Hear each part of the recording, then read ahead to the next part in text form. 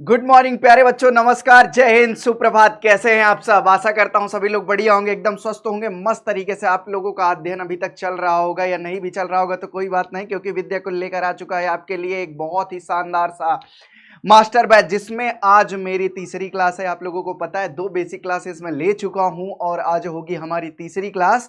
और तीसरी क्लास को बढ़िया और शानदार तरीके से पढ़ेंगे। जैसा कि मैं देख रहा हूं आप लोग बड़ी देर से जो है जय ये जय वो, है ना, क्या मस्त, मतलब एकदम जोश के साथ, एकदम महत्वपूर्ण, मतलब एकदम बेहतरीन तरीके से एक दूसरे से लगे हुए हैं। गुड मॉर्निंग सभी को। फातिमा नूर जी गुड मॉर्निंग। सभी प्यारे प्यारे बच्चों को गुड मॉर्निंग।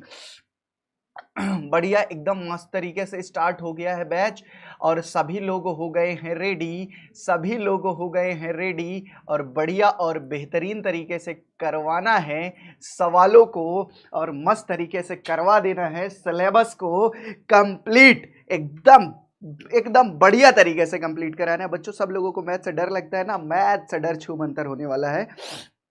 क्योंकि अब देखो भैया, हुंकार बैच आया, आप लोगों ने बेसिक प्रैक्टिस कर ली है, बेसिक पूरा प्रैक्टिस कर ली है। जिन्होंने नहीं भी की है उसका भी कोई टेंशन नहीं है ना। बस चैप्टर के कॉन्सेप्ट को समझने के लिए अब थोड़ी सी आपको मेहनत तो करनी पड़ेगी भाई हमारे साथ। ये चीज़ें है, हमारे साथ आपको मेहनत तो 100% करनी पड़ेगी। अब मेहनत आप कैसे करेंगे ये हम बताएंगे और आप करते रहेंगे, है ना, है ना। जो हम पढ़ाएं उसका आपको रिवीजन करना है, जो हम पढ़ाएं उसका आपको रिवीजन करना है। जो क्वेश्चंस दिए जाएं उनको भी लगाना है। डेली जो डीपीपी सॉल्यूशंस, डीपीपी जाएंगी आपकी, उसके डेली सॉल्यूशंस करना है आपको। फिर उसके बाद उसके आंसर्स से मैच करना है आप लोगों को, ठीक है ना, है ना। फातिमा नूर जी, चंदन जी, है ना, हिंदी जी, हिमांशु राज जी, सभी लोगों को गुड मॉर्निंग है बेटा। तो चलो, गुड मॉर्निंग का समय खत्म होता है अब, है ना। अब गुड मॉर्निंग का समय खत्म होता है, थोड़ा अपने प्यारे से मास्टर बैच में आ जाएं, है ना, जो कि आपको टॉपर बनाने की गारंटी देने के लिए आया हुआ है। अध्याय का नाम क्या है? वास्तविक संख्या। लेक्चर है एक। अब देखो भैया, एक रोड मैप है इस बैच के लिए, एक रोड मैप है, मतलब रोड मैप कैसे मास्टर बैच के लिए क्या बताएंगे, हम क्या करेंगे, है ना, चैप्टर कैसे कैसे पढ़ेंगे, कैसे कैसे इसको कंप्लीट करेंगे। तो चैप्टर कॉन्सेप्ट प्रश्नों के साथ पहली क्लास हमारी किस पर डिपेंड होगी, पहली क्लास हमारी किस पर डिपेंड होगी, आप लोग जरा खुद से बता देंगे पहली क्लास हमारी किस पर डिपेंड होने वाली है, किस पर डिपेंड होने वाली है पहली क्लास हमारी? जरा बताओ मुझे एक बार, सभी लोग देख के इसको, सभी लोग देख के बताएंगे। चैप्टर कॉन्सेप्ट प्रश्नों के साथ मतलब पूरा का पूरा चैप्टर का कॉन्सेप्ट, उस चैप्टर में जितनी महत्वपूर्ण थ्योरीज हैं, क्या बच्चे, उसमें जितनी महत्वपूर्ण थ्योरी हैं जिनसे क्वेश्चन बन सकते हैं, ठीक है ना, प्रश्न बन सकते हैं, ठीक है ना, क्या भैया, प्रश्न बन सकते हैं। कुल पूरा का पूरा कॉन्सेप्ट आपको कराया जाएगा, ठीक है ना, कॉन्सेप्ट कराया जाएगा। फिर उसके बाद क्या किया जाएगा, दूसरे दिन की क्लास किस पर डिपेंड होगी, है ना, दूसरे दिन की क्लास देखो किस पर डिपेंड होने वाली है, चैप्टर पर आधारित प्रश्न, मतलब जिस जिस टाइप के प्रश्न आपके बनेंगे, जो प्रश्न पीवाईक्यूज, जैसे कि आपके पीवाईक्यूज हो जाएंगे, इसमें पीवाईक्यूज हो जाएंगे, कुछ हम लोगों को जो है जो अच्छे लगे, मतलब कुछ पीवाईक्यूज हो जाएंगे, कुछ आपके प्रैक्टिस के लिए हो जाएंगे एक्स्ट्रा प्रश्न, है ना, कुछ आपके प्रैक्टिस के लिए हो जाएंगे एक्स्ट्रा प्रश्न। अब परीक्षा को देखते हुए महत्वपूर्ण प्रश्न, क्या बच्चों, परीक्षा को देखते हुए, ठीक है ना बच्चों, परीक्षा को देखते हुए कुछ महत्वपूर्ण प्रश्न कराए जाएंगे, है ना। मतलब कुछ हम लोगों की भी प्रैक्टिस होगी, कुछ हम लोग अपने से भी क्वेश्चन बनाएंगे तुम लोगों के प्रैक्टिस के लिए, आप लोगों के प्रैक्टिस के लिए, मतलब, ठीक है ना। तो ये 3 दिन क्या होंगी, केवल कॉन्सेप्ट और क्वेश्चन चलेगा। ये 3 दिन आपका हर चैप्टर में कॉन्सेप्ट विद क्वेश्चन चलेगा, ठीक है ना। क्या ये सही है? क्या ये सही है? आप लोगों को क्या लगते हैं, ये सही है? लगभग इसमें आपके हो जाएंगे 100 सवाल के करीबन, एक चैप्टर के लगभग 100 सवाल, 100 सवाल नहीं तो अगर मैं कहूं, अगर 100 सवाल नहीं तो 80 से कम भी नहीं होगा, 80 से कम भी नहीं होगा। अब मुझे एक बात बताना बेटा, मैथिली छोड़ो, अभी जो पढ़ रहे हो वो देखो। ये होता है कि अगर आप जो है लड्डू खाने बैठे हो, पूछ रहे हो कि जो है जलेबी कब मिलेगी या समोसा कब आएगा, तो आपको जानते हो न जलेबी मिलती है, न समोसा मिलता है और न लड्डू का ही स्वाद मिलता है, तो तीनों के तीनों नहीं मिलते हैं, समझ गए ना। तो जलेबी और लड्डू को छोड़ो, है ना, जलेबी और एक बच्चा पूछ रहा है सर इसका नोट्स कैसे बनाएंगे। तो नोट्स बनाने क्या बच्चों, एक रफ ले लो, कॉपी ले लो, पेन ले लो, जो मतलब लिख के बैठते हो लेके बैठते ही होगे। और एक काम भैया सभी लोग मेरे साथ सॉल्व करते हुए चलेंगे, ये चीज जरूर याद रखना, है ना। सॉल्व करते चलते चलेंगे, जो मैं लिखाता चलूं वो जो लिखते चलेंगे, अपने आप नोट्स तैयार हो जाएगा, कोई दिक्कत नहीं है। अब देखो इन 3 दिनों के बाद चौथे दिन एक साथ, भाई इसमें क्या होगा, जही एक चैप्टर होगा तो उसमें 4-5 महत्वपूर्ण 6-10 महत्वपूर्ण टॉपिक हो सकते हैं, 5-6-7-8-9-10। तो उसमें हर एक मतलब हर एक दिन, मान लो इस दिन 2 ले लिए टॉपिक, इस ले लिए, फिर इस दिन 2 ले लिए, हाँ ना, क्वेश्चंस भी ले लिए। उसके बाद क्या किए, पूरे चैप्टर का रिवीजन, पूरे पूरे के पूरे कॉन्सेप्ट को इकट्ठा, प्लस महत्वपूर्ण प्रश्न जो और इनसे अलग जो प्रश्न, ठीक है ना, उससे बन सकते हैं उस टॉपिक से, कुल को यहाँ पर रख के पूरे चैप्टर का रिवीजन कर दिया जाएगा। 3 से 4 क्लासेस में आपका एक से ही पूरा चैप्टर ओवर हो जाएगा, पूरा का पूरा चैप्टर ओवर हो जाएगा, ठीक है ना। चलो भैया अब आगे देख लेते हैं। सिलेबस क्या है आपका, कुल 15 अध्याय हैं आपके, कुल 15 अध्याय हैं आपके। देखो मैं सबको एक एक में रखा हूं, देख एक एक में कैसे रखा हूं मैं आपको बताता हूं। जैसे कुल अध्याय अपने पास 15 हैं, कुल अध्याय अपने पास 15 हैं, इतने ही पढ़ने हैं, इसी से आपको पूरे के पूरे मार्क्स मिल जाएंगे। सबसे बढ़िया भैया, सबसे आसान जो है ये कुल 5 चैप्टर हैं, सबसे ज्यादा नंबर देंगे, है ना, सबसे ज्यादा नंबर और सबसे आसान, सबसे ज्यादा ना नंबर और सबसे आसान बेटा, ठीक है ना, नंबर सबसे आसान चैप्टर, सबसे आसान, है ना। जिंदगी भर जीवन भर हम वास्तविक संख्या पढ़ते हुए चले आ रहे हैं, संख्याओं को पढ़ते हुए चले आ रहे हैं, वही संख्याएं इसमें भी हैं, है ना। वास्तविक संख्याओं में 3-4 चीजें आपकी जब आप लोगों को पता ही हैं।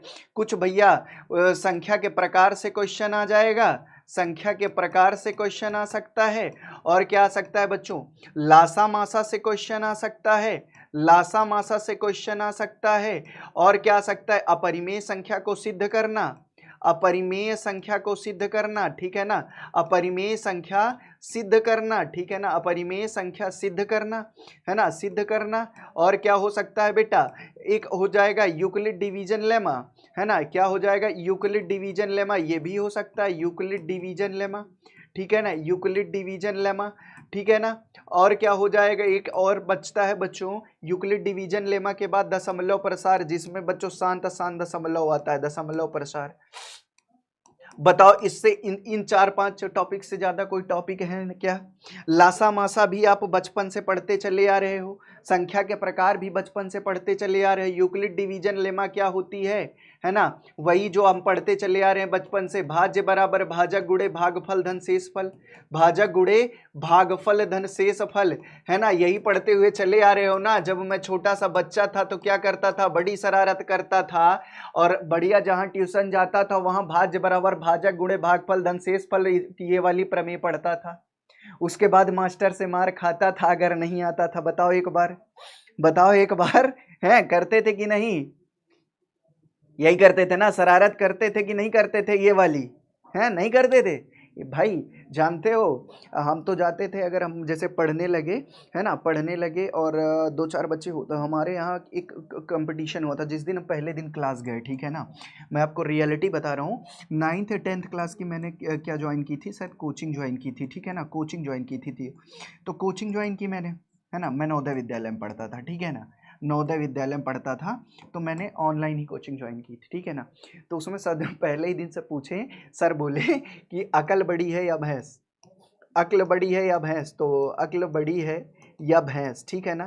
तो उसमें बच्चों, है ना, मैं कहता हूँ 90% रिप्लाई जो है भैंस पे आया था, 90% रिप्लाई भैंस पे आया था। वाकई में भाई भैंस बड़ी होती है ना, भैंस बड़ी होती है ना। नहीं बेटा, अकल ज़्यादा बड़ी होती है, ठीक है ना, अकल ज़्यादा बड़ी होती है।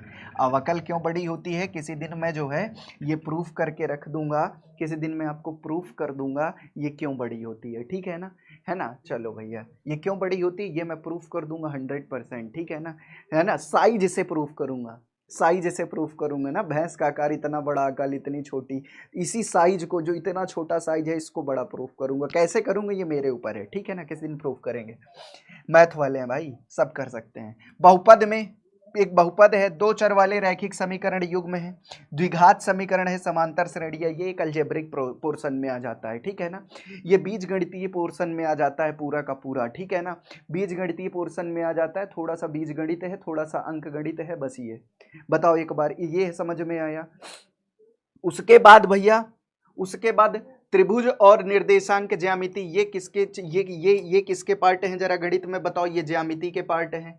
सबसे पहले बेटा इनको अलग अलग करना सीखो।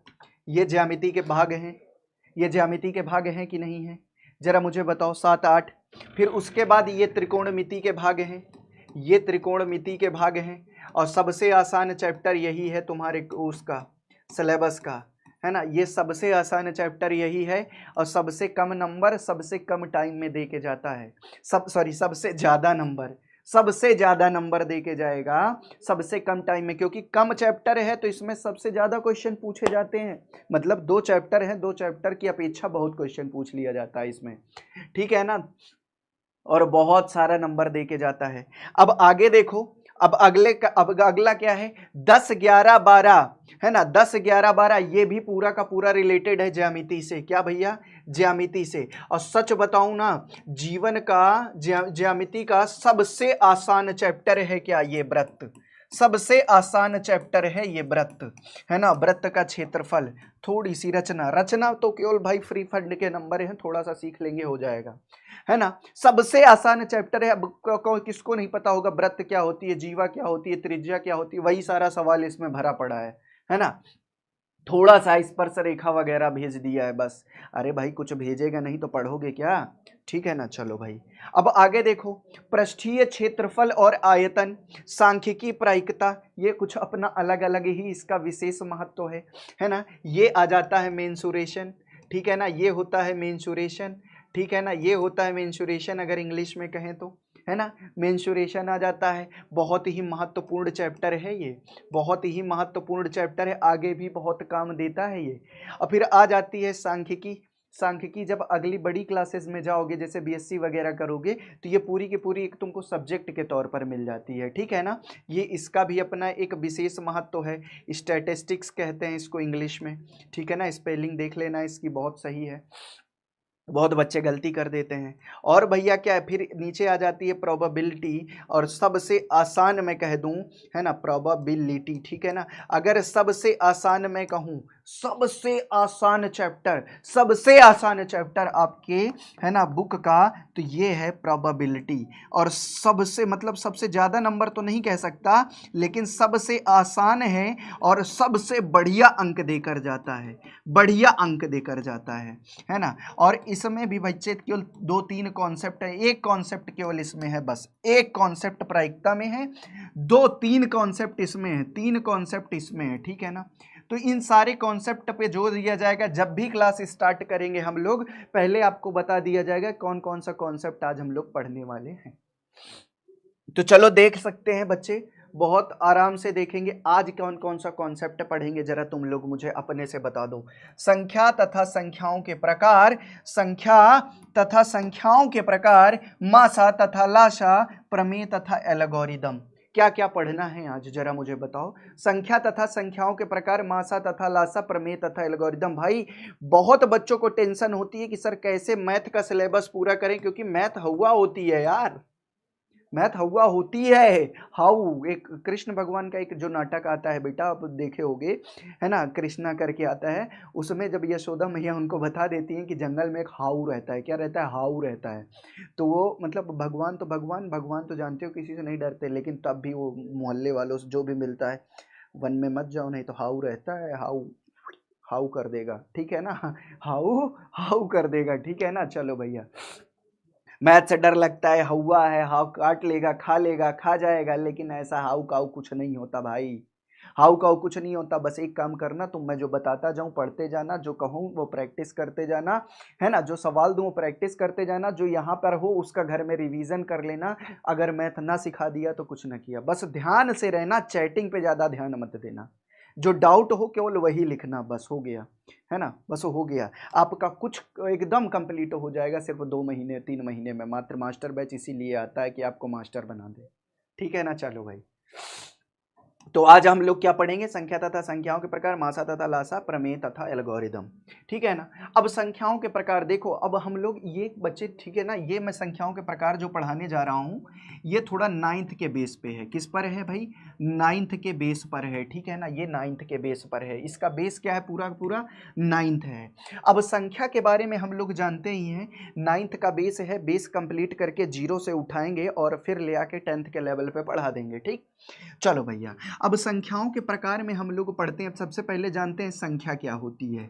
संख्या क्या जानते हो ना, दैनिक जीवन में क्या है बच्चे, है ना, दैनिक जीवन में, है ना, दैनिक जीवन में, है ना, वस्तुओं को, है ना, वस्तुओं को, ठीक है ना, वस्तुओं को गिनने के लिए, वस्तुओं को गिनने के लिए, है ना, वस्तुओं की गणना करने के लिए, ठीक है ना, वस्तुओं की गणना के लिए, वस्तुओं की गणना के लिए, ठीक है ना, गणना के लिए जिन चिन्हों का, जिन सांकेतिक चिन्हों का प्रयोग करते हैं, जिन सांकेतिक, ठीक है ना, सांकेतिक चिन्हों का प्रयोग करते हैं, ठीक है ना, देख लो एक बार, चिन्हों का प्रयोग करते हैं, ठीक है ना, प्रयोग करते हैं, क्या कहलाती हैं, करते हैं, क्या कहलाती हैं, संख्याएं कहलाती हैं।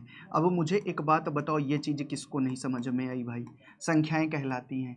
अब संख्याएं क्या होती हैं बेटा, संख्याएं क्या होती हैं, मैंने कहा कि ये कितनी वस्तु है, ये कितनी पेन है, जरा मुझे बताओ, ये कितनी पेन है, एक पेन है ना, तो एक क्या हुई, संख्या हुई, एक क्या हुई, संख्या हुई। मैंने कहा ये कितनी अंगुलियां हैं, तो ये मत कह देना ये 11 अंगुलियां हैं, क्योंकि आप लोग एक और एक 11, है ना, ये पढ़ते हो, 11 मत कहना, और न ये कर देना सर कि ये, है ना, विनिंग कॉन्सेप्ट है, ठीक है ना। चलो, ये क्या होती हैं, संख्याएं कहलाती हैं, ठीक है ना, संख्याएं कहलाती हैं, ठीक है ना। चलो भैया, अब जैसे, जैसे क्या, जैसे में क्या क्या आता है, जैसे क्या आता है ना, 1 2 3 4 5 6 7 8 9 और एक भैया आता है हमारा 0। जरा मुझे बताओ ये क्या होता है भाई, ये चीज नोट करना, ये जो 1 से 9 तक होता है इसको कहते हैं सार्थक अंक, इसको कहते हैं सार्थक अंक, और इसको कहते हैं असार्थक अंक। क्या बोलते हैं भैया, असार्थक अंक कहते हैं, ठीक है ना, ये नोट कर लेना। सार्थक असार्थक अंक अगर आपसे पूछ ले कभी एग्जाम में तो लिख देना। अब भैया यही 10 नंबर हैं जो पूरे नंबर्स का निर्माण किए हुए हैं। देखो इनकी एकता देखो, ये पहले तो अलग अलग रहते हैं, लेकिन जब बात आती है तो सभी एक हो जाते हैं। और मुझे बताओ ये 10 मिलकर कितने, मतलब असंख्य नंबरों का निर्माण करते हैं, ठीक है ना, असंख्य नंबरों का निर्माण करते हैं, असंख्य नंबरों का निर्माण करते हैं, या बच्चे, है ना, अनगिनत नंबरों का निर्माण करते हैं बच्चे, क्या, अनगिनत, ठीक है ना बच्चों, अनगिनत नंबरों का निर्माण करते हैं, अनगिनत संख्याओं का निर्माण करते हैं, ठीक है ना। जरा मुझे बताओ ये चीज क्लियर है ना, संख्याओं का निर्माण करते हैं, अनगिनत संख्याओं का निर्माण कर देते हैं। बताओ एक बार, ये चीज क्लियर है, निर्माण करते हैं, अनगिनत संख्याओं का निर्माण करते हैं। और जब ये अनगिनत संख्याओं का निर्माण कर देते हैं, अनगिनत संख्याओं का निर्माण कर देते हैं, तो बच्चे ठीक है, ये अनगिनत संख्याओं का निर्माण करें तो भैया उन अनगिनत संख्याओं को हम एक कैटेगरी वाइज डाल देते हैं। हम कहें कि भैया तुम संख्याओं का निर्माण करो, हम सबकी कैटेगरी बना देंगे, हम सबकी कैटेगरी बना देंगे, तो बच्चे वही होते हैं संख्याओं के प्रकार। क्या हो गए, वही, उन्हीं को क्या कहेंगे हम, संख्याओं के प्रकार। बताओ समझ में है, क्लियर है, संख्याओं से संख्याओं के प्रकार के कॉन्सेप्ट पे पहुंच गए, बता दो एक बार, क्लियर हुआ, क्लियर हुआ भाई। अब संख्याओं के प्रकार में आ जाते हैं भाई, अब संख्याओं के प्रकार में आ जाते हैं। तो आप लोग बचपन से पढ़ते हुए चले आ रहे हैं संख्याओं के प्रकार, ठीक है ना। अगर मैं पूछूं संख्याओं के प्रकार तो आप लोग ये कहते हैं सर एक धनात्मक संख्या आप ले लीजिए, है ना। एक आप लोग ये बोल देंगे कि सर एक धनात्मक ले लीजिए, है ना, एक धनात्मक ले लीजिए और एक ऋणात्मक ले लीजिए, एक धनात्मक ले लीजिए, एक ऋणात्मक ले लीजिए। क्या भैया ये भी संभव है? हाँ, क्या भैया ये भी संभव है। तो एक संख्या होती है जो ना तो धनात्मक होगी, ना तो धनात्मक होगी, ना तो धनात्मक होगी और ना ही ऋणात्मक होगी। वो कौन सी होगी जरा मुझे बताओ? और ना ही ऋणात्मक होगी, ऐसी भी कोई संख्या होगी क्या? है ना, ऐसी भी कोई संख्या होगी क्या? तो आपने कहा हाँ सर, कौन सी होगी? जीरो होगी। तो भैया एक चीज तो मुझको क्लियर हो गई, एक संख्या मुझे ऐसी मिल गई जो कि न धनात्मक होती है न ऋणात्मक होती है, जीरो ही होती है। ठीक है ना। अब भैया दो कॉन्सेप्ट मेरे पास मिल गए, एक होता है धनात्मक का कॉन्सेप्ट और दूसरा होता है क्या भैया? ऋणात्मक का कॉन्सेप्ट।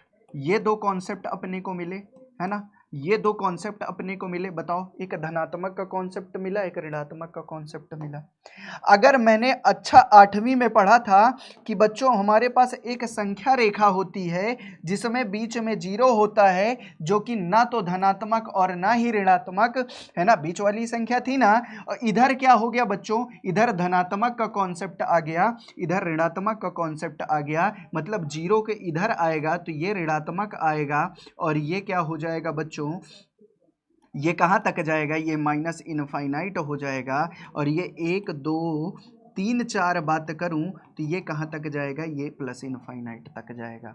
जरा मुझे बताओ, अब एक बात और जान लेना, ये इनफाइनाइट का जो मतलब होता है इसको कहते हैं नॉट डिफाइन। क्या बोलते हैं बच्चों? Not define. इसको डिफाइन नहीं किया जा सकता, ये अपरिभाषित है। क्या है बच्चों? अपरिभाषित है। इसकी परिभाषा नहीं दी जा सकती। क्यों नहीं दी जा सकती? ये एक आपके दिमाग में प्रश्न बने तो नोट बोल लेना कि भैया सबसे बड़ी संख्या मैं ज्ञात ही नहीं कर सकता, तो भैया क्यों मैं जो है अपना मत्था फोड़ूं, क्यों मैं उसकी परिभाषा दे दूं? क्या सबसे बड़ी संख्या की परिभाषा दे सकते हो क्या? नहीं। ठीक। अब आगे जो यही धनात्मक, अब बच्चे धनात्मक संख्याएं हो गई। अब धनात्मक संख्या ऋणात्मक संख्या, तो धनात्मक संख्याएं कौन कौन सी होती हैं? तो बच्चे जो धनात्मक साइन दे वो धनात्मक है।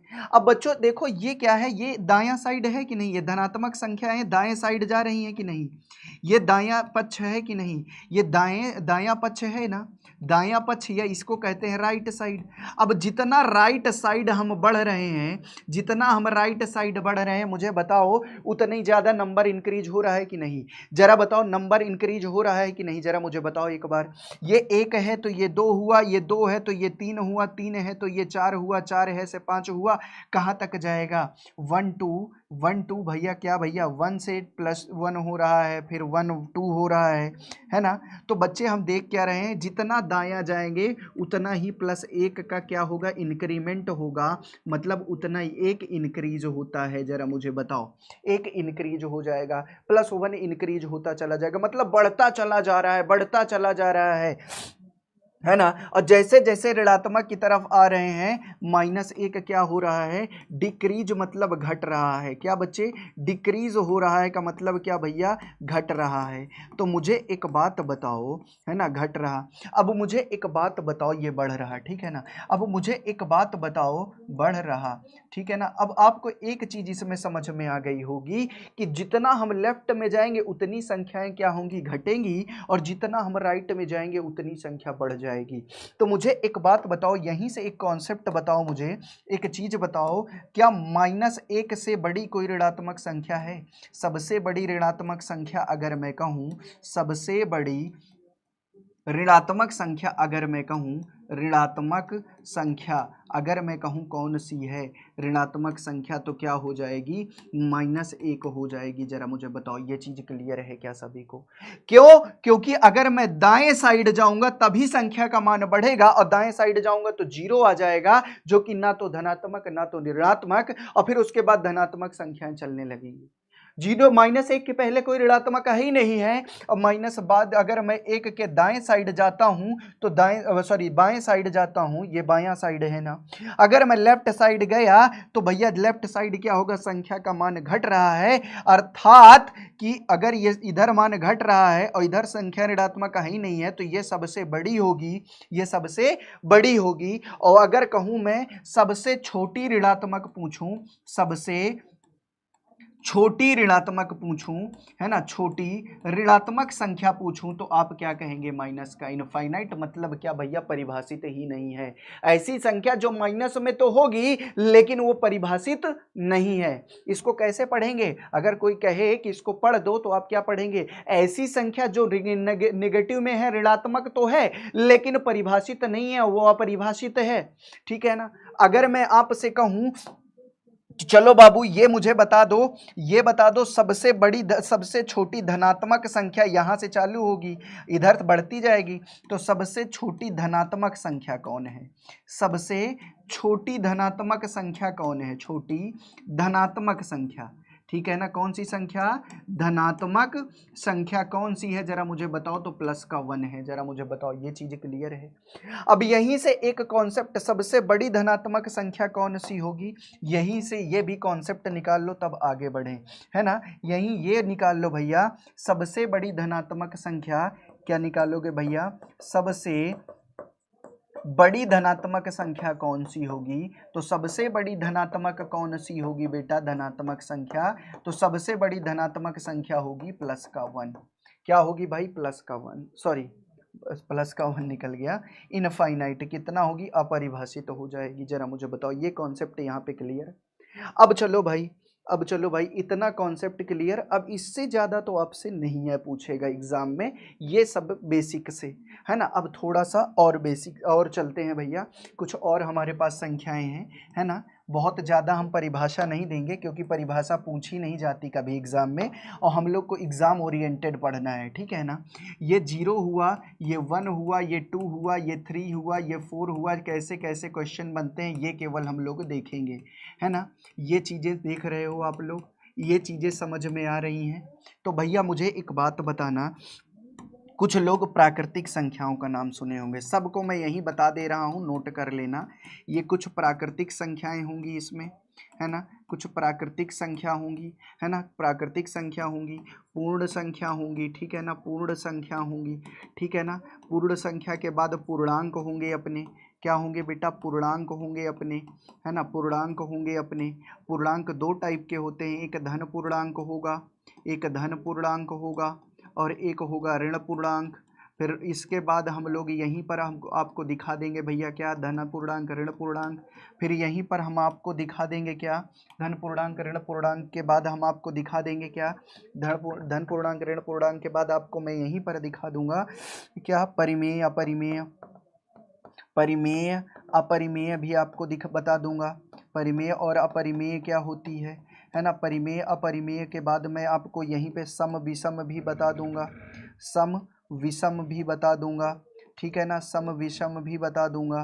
फिर यहीं पर मैं अब आपको भाज्य अभाज्य भी बता दूंगा।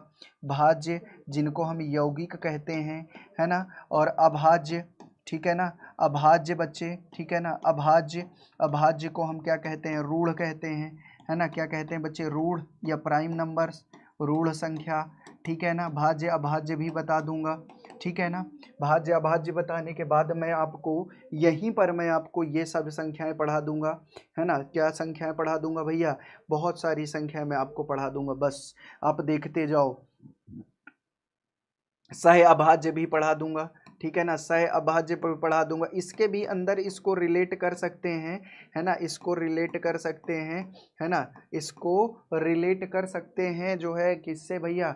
अभी मतलब इसमें एक रिलेटिव को प्राइम होती है, एक अनरिलेटिव होती है, मतलब लेकिन डीप में नहीं पढ़ेंगे इतना, ठीक है ना। अब भैया सबसे बड़ी बात मैं बात करूंगा कि ठीक है ये क्या होती है भैया? प्राकृतिक संख्या क्या होती है? तो आप कहेंगे सर प्राकृतिक संख्या क्या होती है, हम बताएंगे। तो मैंने कहा भैया बता ही दो प्राकृतिक संख्या क्या होती है। इसको इंग्लिश में नेचुरल नंबर कहते हैं, नेचुरल नंबर कहते हैं, और भैया इसको एन से प्रदर्शित करते हैं। अब भैया ये क्या हो कि जहाँ से गिनती स्टार्ट हो जाए, लिख लेना भैया अपने से, जहाँ से गणना स्टार्ट हो जाए, जहाँ से हम गिनना स्टार्ट कर दें, मतलब एक से हम गिनना स्टार्ट करते हैं, कहाँ तक? इनफाइनाइट तक गिन लेते हैं, ठीक है ना। तो ये हमारी कौन सी हो गई? प्राकृतिक संख्या हो गई। कौन सी हो गई? प्राकृतिक संख्या हो गई। प्राकृतिक संख्या आपको पता चल गई, है ना, कहाँ से? एक से इनफाइनाइट। तो इसमें सबसे छोटी प्राकृतिक बताओ, सबसे छोटी प्राकृतिक बताओ जरा, है ना। प्रश्नों के साथ चलो, सब पूछा गया प्रश्न है। सबसे छोटी प्राकृतिक बताओ तो क्या हो जाएगा, 1 हो जाएगी। सबसे बड़ी प्राकृतिक बताओ तो क्या हो जाएगी, जरा मुझे बताओ। सबसे बड़ी प्राकृतिक बताओ क्या हो जाएगी, तो बताओ जरा एक बार। सबसे बड़ी प्राकृतिक क्या हो जाएगी, इनफाइनाइट हो जाएगी। अब चलो भैया, प्रदर्शित किससे करते हैं, प्रदर्शित किससे करते हैं, तो n से करते हैं। अगर मैं बात करूं आपसे, अगर मैं बात करूं आपसे कि चलो भैया मुझे ये बता दो, है ना, ये बता दो कि पूर्ण संख्या क्या होती है, तो 0 से लगाते हैं तो ये हमारी पूर्ण संख्या हो जाती है ना, पूर्ण संख्या हो जाती है।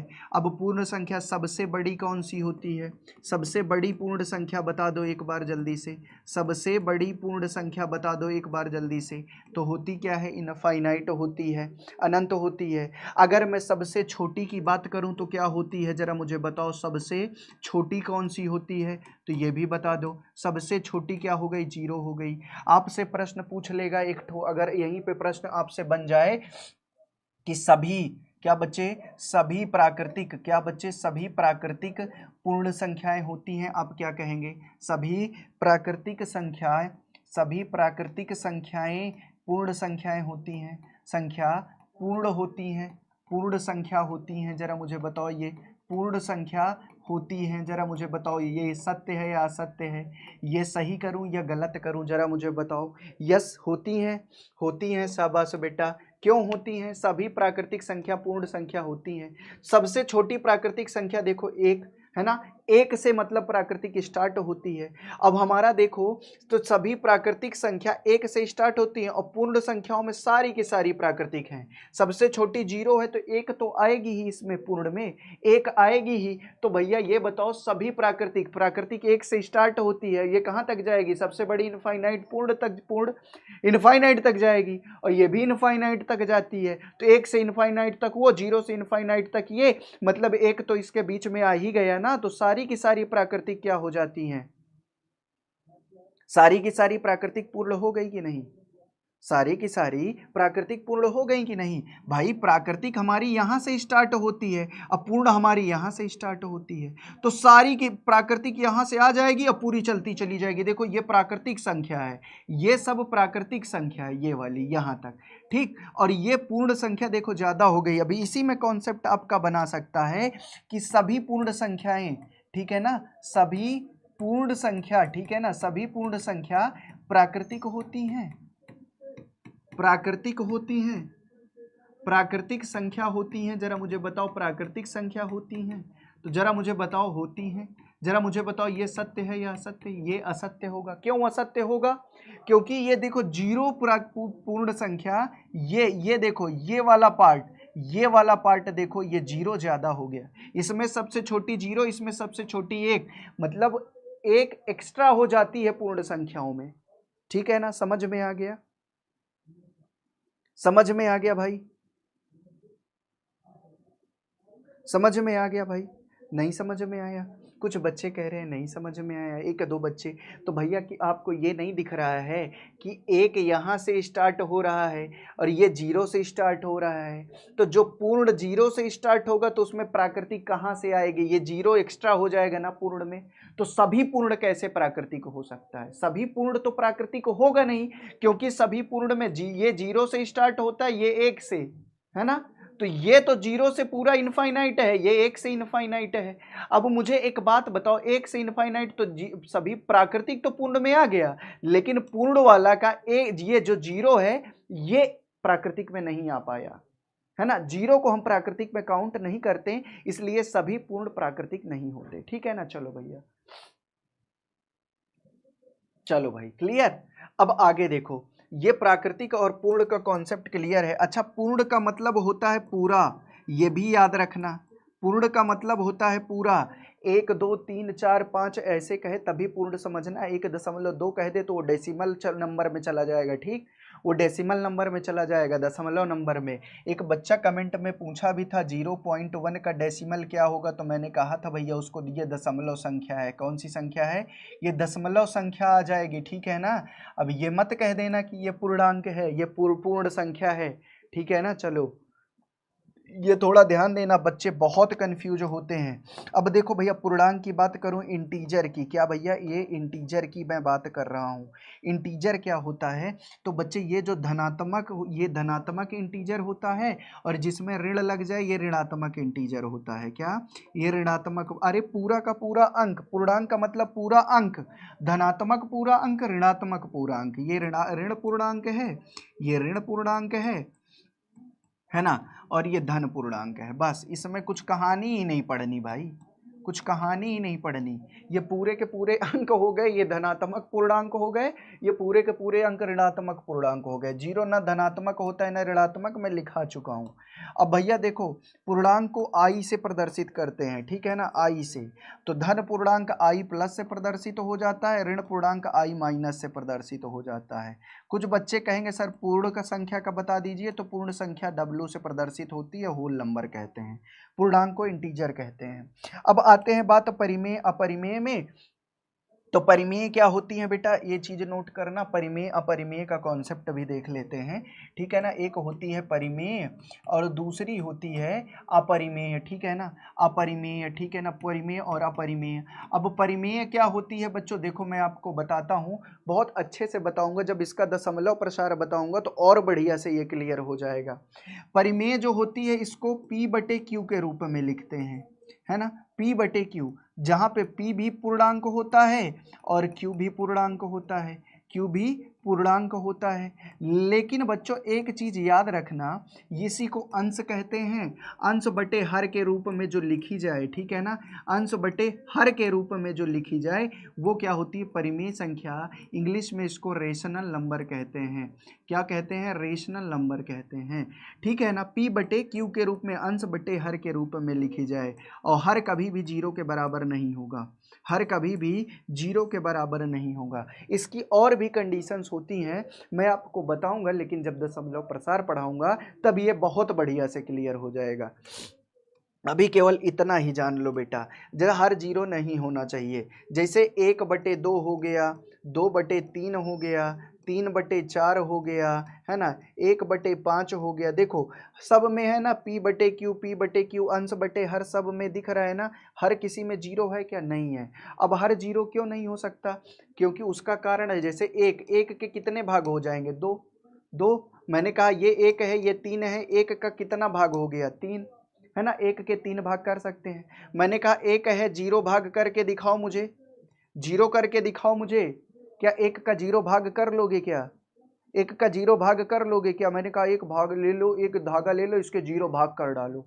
तो भाई ये अपरिभाषित है, प्रश्न कहने वाला गधा है, प्रश्न कहने वाला गधा है। मैं कह रहा हूं कि एक धागा ले लो, उसके 0 भाग कर दो, 0 भाग कर दो। अब मैं प्रश्न तुमसे कह रहा हूं, तुम सोच रहे हो कि ये मास्टर पागल हो गया है क्या, ये मास्टर पागल हो गया है क्या भाई, हैं, एक के 0 भाग करवा रहे हैं, 0 भाग में कैसे कर डालूं भाई, 0 भाग में कैसे, इसीलिए इनफाइनाइट हो जाता है, इसीलिए इनफाइनाइट हो जाता है, समझना, कॉन्सेप्ट यही है, कॉन्सेप्ट यही है। बस कॉन्सेप्ट पकड़ना है आप लोगों को, और कुछ नहीं करना, बस कॉन्सेप्ट पकड़ना है आप लोगों को, ठीक है ना। चलो अगर अपरिमेय की बात करें तो ये P/Q के रूप में नहीं लिखी जाती, के रूप में नहीं होती, में नहीं होती, ठीक है ना, नहीं होती, ठीक है ना। चलो भैया एक चीज और जान लो, इसका कभी भी, है ना, इसका कभी भी, है ना, इसका कभी भी एग्जैक्ट वैल्यू, पूर्ण मान नहीं प्राप्त होता, पूर्ण मान नहीं प्राप्त होगा। मतलब पूर्ण मान नहीं प्राप्त होने का क्या मतलब है, प्राप्त होगा, ठीक है ना। पूर्ण मान मतलब इस तरह की कोई संख्या नहीं प्राप्त होगी, इस तरह की कोई संख्या कभी नहीं प्राप्त होगी, ठीक है ना।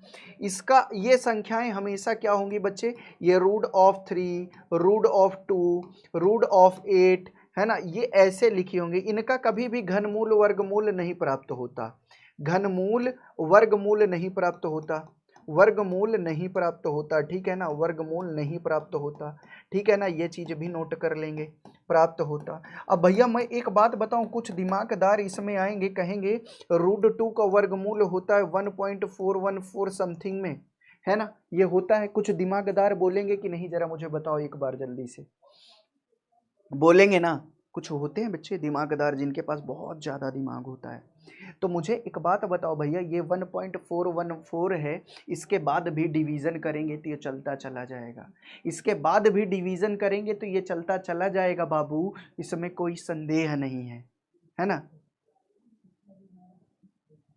कभी कटेगी ही नहीं है, मान निकलता चला जाएगा, निकलता चला जाएगा, और जब अंत ही नहीं होगा, इसका अंत ही नहीं होगा और संख्या बार बार बदलेगी, तो ये कैसे भैया पूर्णमान हो जाएगा? कभी भी पूर्णमान ये हो ही नहीं सकता, है ना। ये चीजें नोट कर लेना। अब ये क्यों नहीं हो सकता? एक 2 ले ले, इंद्रजीत कह रहा है क्यों नहीं हो सकता, 2 ले ले भाई, इसका डिवीजन कर ले, अगर ये कट जाए, रिमाइंडर कहीं 0 हो जाए या भागफल रिपीट हो जाए तो बोल देना कि ये अपरिमेय नहीं है। ठीक, ये करके देख ले भाई, ये तो अब सब जानी सी बात है, ये तो जानी सी बात है। √8 है या नहीं? √8 नहीं होगा बाबू। क्यों √8 होगा, जरा मुझे बताओ। √8 का कभी वर्गमूल निकलेगा क्या? √8 का वर्गमूल, हाँ अगर मैं इसका घनमूल कह दूं तब नहीं होगा। अगर मैं इसका घनमूल कहूं तो घनमूल तो 2 निकल आएगा ना, जो कि परिमेय है। मैं इसीलिए इसको वर्गमूल कह रहा हूँ, स्क्वायर 8 है ना, √8। ठीक है ना, ये चीज थोड़ा ध्यान दिया करो, है ना। अब भैया मुझे बताओ, और ये है, ये तो 2 √2 निकल आएगा, तो √2 से तो मल्टीप्लाई 2 में होगा ना। और जब √2 का ही मान निश्चित नहीं है तो क्या 2 से गुणा कराओगे तो आने वाली संख्या का मान निश्चित होगा क्या कभी? अरे अगर मान लो इसको 2 √2 लिख दो, इसमें 2 से मल्टीप्लाई कराओ, तो जब यही संख्या निश्चित नहीं है तो इससे 2 में गुणा कहाँ कहाँ कराओगे मुझे बताओ, तो क्या इसका पूर्ण मान प्राप्त होगा क्या? कभी नहीं होगा। एक बच्चा कह रहा है 0.6। अब मुझे एक बात बताना, पॉइंट काटोगे, है ना। अब ये मान लो 10 हो गया, √ में बोल रहा है इसको, ये बटे में 10 आ गया, तो मुझे बताओ 6 बटे में 10 है, तो मान लो 2 3 6 2 5 10, क्या √3 का वर्गमूल कभी निकाल पाओगे कि √5 का वर्गमूल निकाल पाओगे? जरा मुझे बताओ एक बार, किसी का निकाल पाओगे क्या? नहीं निकाल पाओगे ना, तो वो क्या है, अपरिमेय। क्या गधों जैसे क्वेश्चन पूछ रहे हो, है ना, ये क्या गधों जैसे क्वेश्चन पूछ रहे हो, ये तो अपने से कर सकते हो भाई, है ना। चलो भाई, चलो चलो चलो, इसीलिए तो पढ़ाया गया। अबे दशमलव का कॉन्सेप्ट पढ़ा दूंगा ना भाई, दशमलव को कॉन्सेप्ट बता दूंगा ना भाई, तो एकदम खुश हो जाओगे तुम लोग। सम विषम का कॉन्सेप्ट, भाज्य अभाज्य का कॉन्सेप्ट सुनो अब, है ना। और सम विषम का कॉन्सेप्ट सुनो, एक होता है सम, एक होता है ये इवन, ठीक है ना, ये होता है इवन, और एक होता है क्या भैया, ऑड। क्या भैया, ये विषम होता है, ऑड, ठीक है ना, ये विषम, ये क्या हो गया, ऑड हो गया। अब भैया देखो सम क्या हो गया भाई, सम क्या हो गया भाई, जरा मुझे बताना। सम क्या होता है बेटा? तो सम होता है ऐसी संख्या जो 2 से पूर्णतः कट जाए, ऐसी संख्या, है ना, संख्या जो 2 से पूर्णतः कट जाए। ये तो हो गई हमारी छोटों वाली परिभाषा, जब हम छोटे से बच्चे थे तब हम ऐसा पढ़ते थे, पूर्णतः विभाज्य हो जाए। अच्छा कोई कोई बच्चा ये कह देता है विभाज्य होती है, ठीक है ना, कोई कोई बच्चा ये कह देता है, सुनो ये यहीं पे कॉन्सेप्ट क्लियर कर लेना, कि अगर मैंने पूछा सम की परिभाषा क्या होगी, तो आप लोग बोल देते हैं जो 2 से कट जाए, 2 से कट ना जाए, जो 2 से विभाज्य ना हो जाए, पूर्णतः विभाज्य हो जाए। ये बात याद रखना, 2 से विभाजित कभी नहीं होगा आंसर, पूर्णतः विभाजित तो होना चाहिए। क्यों? क्योंकि अगर मैं 3 भी लिखूंगा तो ये भी 2 से विभाजित तो हो जाएगा, 2 1 में 2, और ये कितना आ गया, 1 आ गया, पॉइंट लगाओ, 0 बढ़ाओ, 2 पंचे 10, है ना, विभाजित तो ये भी 0, तो ये भी आ गया, लेकिन ये पूर्णतः है क्या? नहीं, पूर्णतः नहीं है, दशमलव लग गया है भाई।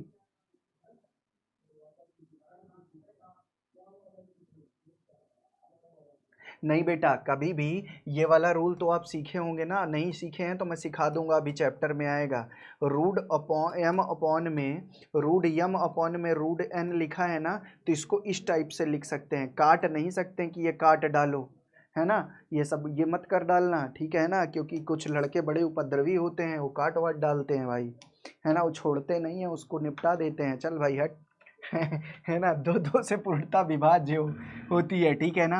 अब भैया इन जैसे 0 हो, 0 नहीं, 2 हो गया, 4 हो गया, 6 हो गया, 8 हो गया, मान लो, है ना, इन और 0, है ना, 2 4 6 8 0, जिन संख्याओं के अंत में आए, जिन संख्याओं के अंत में आ जाए, जिन संख्याओं के अंत में आ जाए, संख्याओं के अंत में आ जाए, ठीक है ना, अंत में आ जाए, समझ लेना, अंत में आ जाए, समझ लेना वो कैसी संख्या है, आ जाए वो, है ना, सम संख्या होगी, है ना, ये थोड़ी बड़ों वाली परिभाषा हो गई, सम संख्या है, ठीक है ना। जिन संख्याओं के अंत में क्या आ जाए, अंत में ये सारे नंबर्स आ जाएं, 2 4 6 8 0 आ जाएं, वो क्या होती हैं, सम संख्या होती हैं।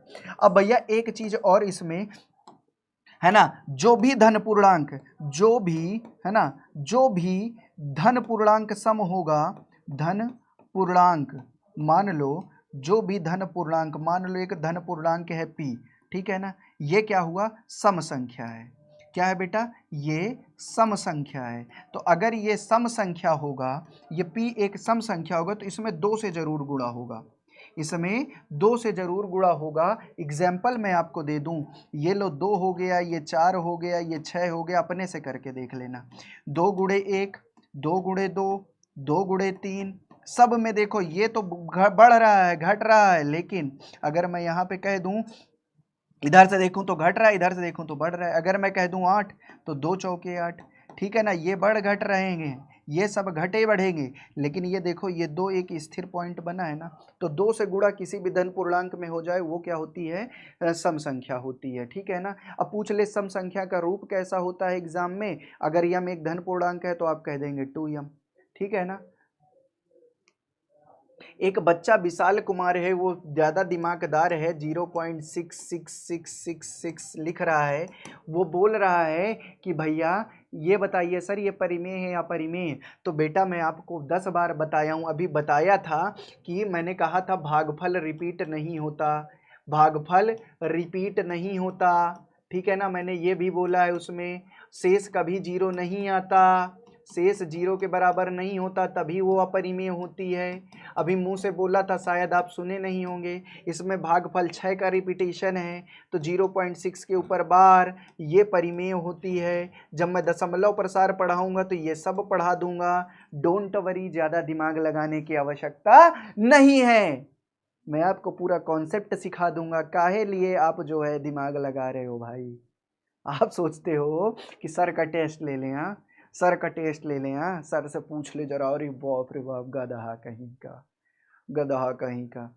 और जब मैं छोटा सा बच्चा था ना, तब ये सब पढ़ के आया था भाई, तब पढ़ लिया था ये सब कुछ, ठीक है ना। चल चल भाई, है ना। अब आगे देखो, जब ऐसे ऐसे आया, मैं बाहर आया, मैंने कहा अरे बाप, आज डॉक्टर मुझे ऐसे पकड़ा, छोटा सा था मैंने कहा रुको पहले मैं सम विषम का कॉन्सेप्ट सीख लेता हूँ, फिर आगे बढ़ेंगे, ठीक है ना। चलो भैया, चलो भाई आगे देखो, ठीक है ना। च- चलो बेटा, ठीक है ना। अब आगे देखते हैं विषम का कॉन्सेप्ट क्या होता है। विषम का कॉन्सेप्ट ये होता है कि जो 2 से पूर्णता विभाजित ना हो, जो 2 से पूर्णता विभाजित ना हो, पूर्णता विभाजित ना हो, ठीक है ना, विभाजित ना हो। 1.5 घंटे की क्लास है बेटा, आराम से पढ़ो, विभाजित ना हो, ठीक है ना, जो 2 से पूर्णता विभाजित ना हो। अब 2 से पूर्णता विभाजित ना होने का क्या मतलब है, जो 2 से पूर्णता विभाजित ना होने का क्या मतलब है, जिसके अंत में ये सारी संख्या नहीं आएंगी, इसके अंत में कभी भी ये संख्याएं ही नहीं आएंगी, 0 2 4 6 8, ये तो अपने आप रिमाइंड हो जाना चाहिए, है ना। तो जो 2 से पूर्णता ना कटे, जैसे 1 हो गया, 3 हो गया, 5 हो गया, 7 हो गया, है ना, 9 हो गया, 11 हो गया, 12 हो गया, 13 हो गया, 15 हो गया, ऐसे करके। तो हम लोग इसमें क्या देखते हैं, देखो देखो हम लोग इसमें क्या देखते हैं। अच्छा एक चीज और, ठीक है ना, इसमें ये देखो, कोई भी धनात्मक संख्या आ जाए, है ना, देखो जैसे ये सम संख्या है ना, जो सम संख्या का रूप होता है, जैसे ये सम संख्या का रूप है ना, इसमें 1 जोड़ दो तो ये विषम संख्या का रूप हो जाता है ना, विषम संख्या का रूप हो जाता है, विषम संख्या का रूप हो जाता है, ठीक है ना, विषम संख्या का रूप हो जाएगा। ये चीज़ें याद करना जरा। एक चीज़ और समझ लेना, एक भाज्य अभाज्य नहीं होती, ये जो एक होती है ये अभाज्य नहीं होती, विषम होती है, ये चीज़ याद रखना, अभाज्य नहीं होती, ठीक है ना, ये विषम होती है, ये चीज़ याद रखना। चलो, एक अभाज्य नहीं होती, ये नोट कर लेना, बहुत लड़के कंफ्यूज करते हैं इसमें, बहुत कंफ्यूज रहते हैं, ठीक है ना, ये चीज़। विवान कह रहा है सर नहाने का भी टाइम नहीं देंगे, अरे नहा लो बाबू जाके, हैं, नहा लो चलो। चलो भाई आगे देखो, ये अभाज्य नहीं होती। अब देखो सम विषम का कॉन्सेप्ट खत्म यहाँ से। अब ये सम विषम सब पहचान लोगे, सम विषम सब पहचान लोगे। अच्छा एक और संख्या आ जाती है, अच्छा मुझे बताना, वो सब लोग शायद जानते होंगे, क्रमागत। चलो भैया, क्रमागत संख्या। अब क्रमागत संख्या क्या होगी बेटा? क्रमागत जो क्रम से आए। क्या भैया? जो क्रम से आए, हमेशा याद रखना, जो क्रम से आए, ठीक है ना, जो क्रम से आए, ठीक है ना, जो क्रम से आए, यही क्रमागत संख्या है। जैसे एक के बाद दो, दो के बाद तीन, तीन के बाद चार, चार के बाद पाँच, पाँच के बाद छः, ये सब क्रमागत संख्या जो क्रम से आती चली जाए, ठीक है ना।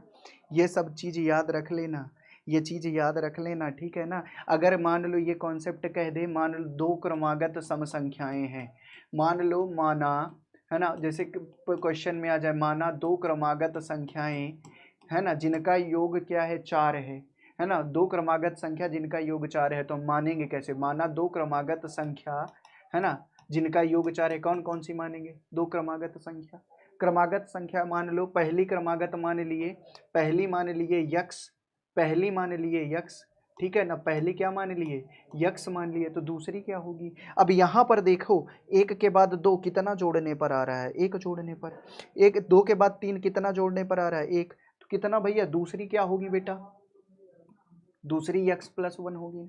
अरे क्रमागत का मतलब क्रम से आने वाली, क्रम से आने वाली। जैसे एक के बाद दो, दो के बाद तीन, तीन के बाद चार। एक लड़का कह रहा है क्रमागत नहीं समझे सर। अरे क्रमागत मतलब क्रम से आने वाली। जैसे क्रमागत का मतलब सबसे बड़ा भाई मैं हूँ अपने घर का, फिर मुझसे छोटा भाई, फिर मुझसे छोटी बहन, तो क्रम चल रहा है ना, क्रम चल रहा है ना। उसी तरीके बेटा, है ना, उसी तरीके बेटा, ये यक्स, यक्स के बाद क्या हो जाएगा? X plus one. एक कह रहा है कि यक्स, यक्स के बाद टू यक्स, ठीक है ना। असल में मैं पैदा हुआ, मेरे बाद मेरा भाई जो पैदा हुआ मुझसे दुगना है ना, वो मुझसे दुगना बड़ा है ना। ये बताओ, ये मैं पैदा हो गया, फिर मेरा भाई टू यक्स है, उसकी आयु टू यक्स है, तो वो मुझसे दुगना बड़ा हो गया ना। कुछ भी मतलब यार। कुछ भी मतलब यार। यक्स, यक्स प्लस वन, बस इतना करेंगे, ठीक है ना, यक्स, यक्स प्लस वन, ये कॉन्सेप्ट रखेंगे। अच्छा मान लो यही कह देता, दो क्रमागत सम संख्या कह देता, तो इसके बीच का गैप देखो कितने का है? दो, दो चार, दो छः, दो का गैप है ना। तो दूसरी सम संख्या, दूसरी क्या होगी? अगर यहाँ सम कह देता तब क्या होता? यहाँ पर यक्स प्लस टू हो जाता, यक्स प्लस टू हो जाता। अगर विषम कह देता तो इसमें भी देखो दो का गैप आ रहा है, इसमें भी देखो दो का गैप आ रहा है, प्लस दो, प्लस दो, प्लस दो, तो भी ये एक्स प्लस टू ही होता, ठीक है ना। ये सब कॉन्सेप्ट है भाई, ये सब कॉन्सेप्ट है, नोट करते जाना। ये सब कॉन्सेप्ट है, जल्दी नहीं मिलता। भाज्य और अभाज्य अब देख लो, देख लेते हैं तो लगभग पूरी हो जाएगी संख्याएं, है ना। भाज्य और अभाज्य, ठीक है ना। एक होती है भाज्य, जिनको कहते हैं यौगिक संख्या, भाज्य जिनको कहते हैं क्या? यौगिक संख्या, यौगिक संख्या। और एक क्या होती है बच्चे? अभाज्य संख्या। एक क्या होती है? अभाज्य संख्या। अभाज्य को क्या कहते हैं? रूढ़ कहते हैं। क्या कहते हैं बेटा? रूढ़ कहते हैं। अब भैया अब देखो, भाज्य क्या हो गई? जैसे जो जिसके मतलब दो से ज्यादा फैक्टर हो, जिसके, देखो इसमें दो तीन डिफिनेशन हो सकती है, जिसके दो से ज्यादा गुणनखंड हो, दो से ज्यादा।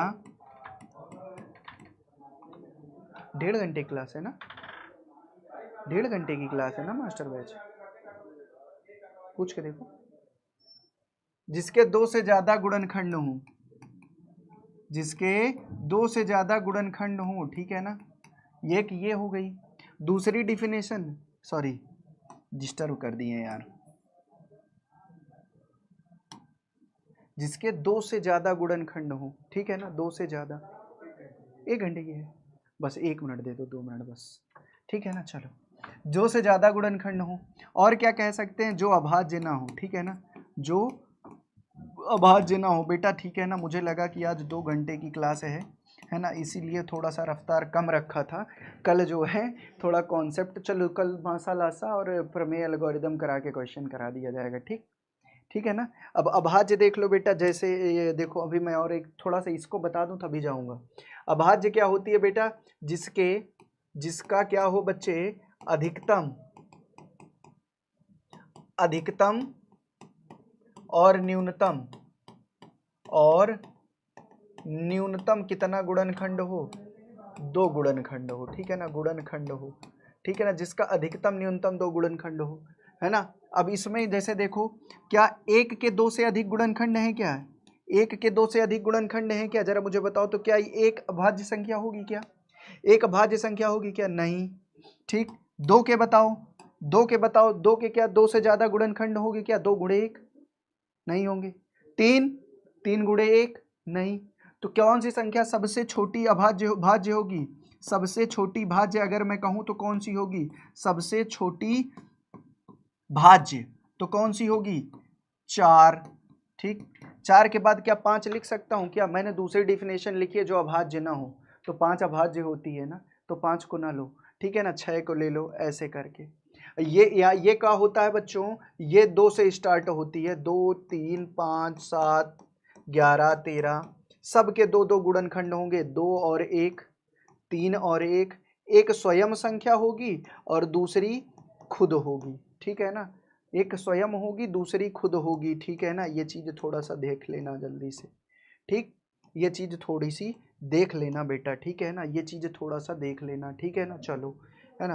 अब ये 2 केवल सम अभाज्य है, ये केवल सम अभाज्य, ठीक है ना बेटा, केवल सम अभाज्य, ठीक है ना, केवल सम अभाज्य, केवल एक ही संख्या है जो 2 है। अब कह दूं सबसे छोटी और सबसे छोटी भाज्य, एक क्वेश्चन बन सकता है, सबसे छोटी भाज्य, है ना, सबसे छोटी भाज्य गुणे में सबसे छोटी अभाज्य, सबसे छोटी अभाज्य तो कौन सी हो गई बेटा? सबसे छोटी अभाज्य कौन सी हो गई, जरा मुझे बताओ। ये सबसे छोटी अभाज्य है, ये 2 हो गई, सबसे छोटी भाज्य 4 हो गई, तो कितना आया गुणनखंड? 2 आया, क्वेश्चन पूछा हुआ है एग्जाम में, ठीक है ना।